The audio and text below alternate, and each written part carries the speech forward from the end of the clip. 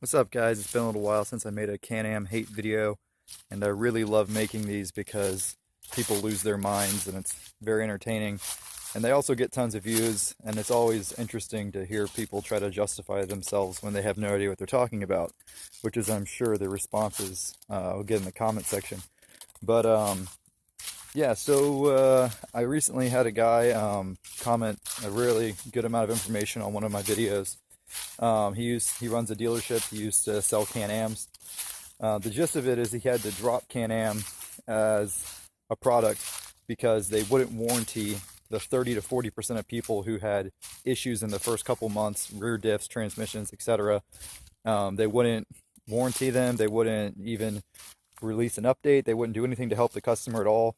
They even suggested to one customer, when he had them on speakerphone with the customer standing there, that the noise the rear end makes is just normal and the customer should wear earplugs if they find it uncomfortable. And that's an issue I had with mine right out of the box. The rear end was so noisy. You couldn't hear the exhaust. You couldn't hear yourself think.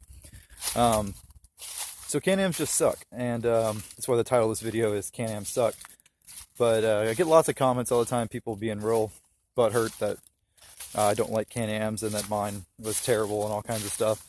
And a bunch of people are like, oh man, you're a Polaris fanboy. I don't really like Polaris that much either, honestly. I'm a Honda guy. As you can see, this is the superior machine right here in every way, except for the fact that it's slow. So if you want something fast, you can't really have a Honda, unfortunately. Hopefully Honda will fix that problem for us soon. So you got to have one of these guys. They're pretty quick. And also, the aftermarket support just really isn't there for Hondas. You can get portals for every single Polaris. You can't get them for anything but the Pioneer 1000, which is just too wide for the kind of riding I do. So yeah, but I mean, it's got issues like the front diffs are kind of weak, but I'm willing to deal with that because they're actually four-wheel drive and they're easily upgradable. And Polaris keeps releasing updates to make them better and better and better, and they will warranty it. So they're better already just because of that. But this thing is just awesome with the portals and everything. Pretty hard to beat.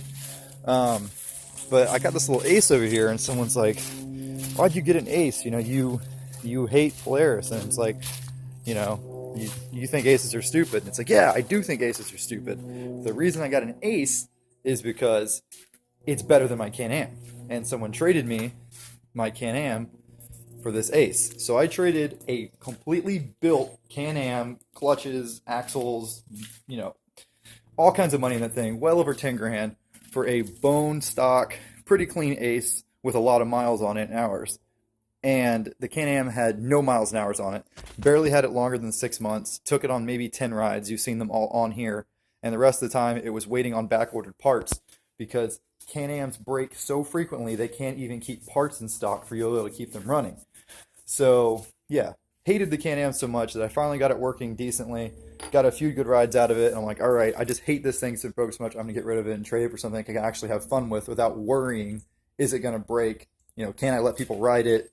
Whatever. This thing is pretty fun, and I got rid of the Can-Am, and I got this. So that's the reason I got the Ace. I don't really want an Ace, so I'm probably gonna just try to sell it.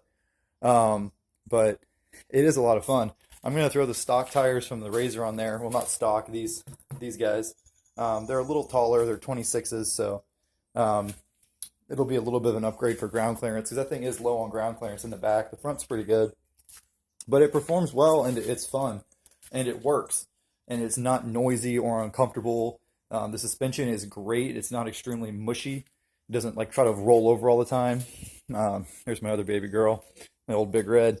But so yeah, back to the reason I hate Can-Am. So people keep commenting on that video. I said why XMR is a scam lately. So I'm going to reiterate those points because it seems to make people's heads explode, which I just love. So this is a Lexus LX450. It's a good analogy for how much Can-Am sucks. It's a soccer mom vehicle, right? It's got 3 rows of seats. You know, it's safe for the kids, whatever. So when you want to build it to make it a mud machine, you can throw big tires on it real easy. It's got big wheel wells, a little bit of lift, whatever. The most important thing is to gear it down. So I went from a 31 to a 37. You can't expect it to work, right? Because it was not designed for that gear ratio. nothing's going to feel right. You're going to lose tons of power. You're not going to be in the right RPM range. You're not going to have the right torque. So I geared it from 410 to 459. So it's actually geared a little lower than it was stock on 31s, which is what you want because it's mostly used off-road. It goes on the highway every once in a while, and I can afford to turn the extra RPMs on the highway because it gets 0 gas mileage anyways. So you gear things down when you want to make them off-roady. Polaris also understands this. When you buy a Polaris Highlifter Edition anything, it comes with lower gears after the belt. Okay, this is not a Highlifter Edition Polaris, so what I had to do was I had to split open the transmission and put the gears that are essentially the same gears that come in the 2017 Highlifter. That's what I put in this transmission. I also did portals because, you know, tires, whatever. Look at that piece of wood stuck in my wheel. I don't know how that's not leaking. But yeah, so you got to gear things down. You got to match your gearing to your tire size. Same thing on the 300. I went from 23-24 or 24-25 combo. I think it's 23-24 on a stock 300. The 31s, 31-30 to keep the ratios right. And I geared it lower appropriately. So it still, you know, performs like it was intended. So Can-Am sells you a 570, a 650, and an 850 XMR, Extreme Mud Racer Edition, all with larger, heavier tires, but the exact same gear ratios as their counterparts. Explain that to me. Explain to me how the exact same bike, same suspension components, same drivetrain components, same everything, just a few bolt-ons plastic, you know, ready to relocate that is junk, snorkels that are junk, and some tires can utilize the same gearing as one that comes on 25-inch super light turf tamers for trails. It's just mind-boggling. And they do use Zillas on the 570 and the 650, which are an easier to spin tire, but they're actually pretty heavy. But the one that really blows my mind is the 850.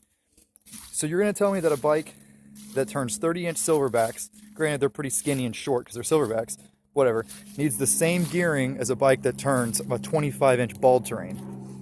That doesn't make any sense. That is a scam. Every dealership I talked to when I was looking at the XMRs told me it had lower gearing. I had to go into the parts diagram and look up everything for myself and realize, nope, exactly the same gearing in the diffs, the transmission, everything. Even the same clutching components, the same helix, the same weights. I mean, it's the exact same thing. They're just throwing on some bolt-ons and marking up the price big time. Complete scam. You cannot sell a purpose-built mud bike with the same gearing as a trail bike. That just tells you a big thing about that company is just maximize profits, do as little as possible to dress it up, confuse the customer, and they know that Can-Am's is like a status symbol. You know, with all these like you fuck boys that are like, oh, I got a Can-Am, it's loud and has horsepower, whatever. Yeah, it does have loud horsepower, but it's a Walmart quality machine. Their product quality controls are just absolutely terrible. They're made in Mexico with parts sourced from China. I would love for someone to show me another ATV manufacturer that sources all their parts from China, builds stuff in Mexico, has no quality controls, and is as successful as Can-Am. And the only reason is because they have good marketing. Can-Am has excellent marketing. I wish Honda would pick it up because then there'd be more Hondas for sale on the used market and I could get better deals. But it's just, it's mind-blowing how many people love Can-Am and how shitty they are. And I know a lot of the Canadians on here think they like Can-Am because it's a Canadian product and they have to like it. But what you guys need to realize is it's not a Canadian product anymore. They're made in Mexico, mostly designed and tested in America, and source parts from China. So I'm not really sure what's Canadian about it. I guess the Canadians are the ones that are, the French Canadians over that own the company are the ones that are driving the, you know, the cost cutting and making the quality go down by cutting all these corners and selling us rear diffs that are completely shimmed wrong, balanced wrong or something. There's just whine and howl and scream. And then there's also the whole issue about the visco lock, which completely burns out with mud tires and makes the bike three-wheel drive. But yeah, so hopefully this video will incite some interesting conversation. Please look in the description. I'm going to post the information I just came across from the guy who used to sell Can-Ams.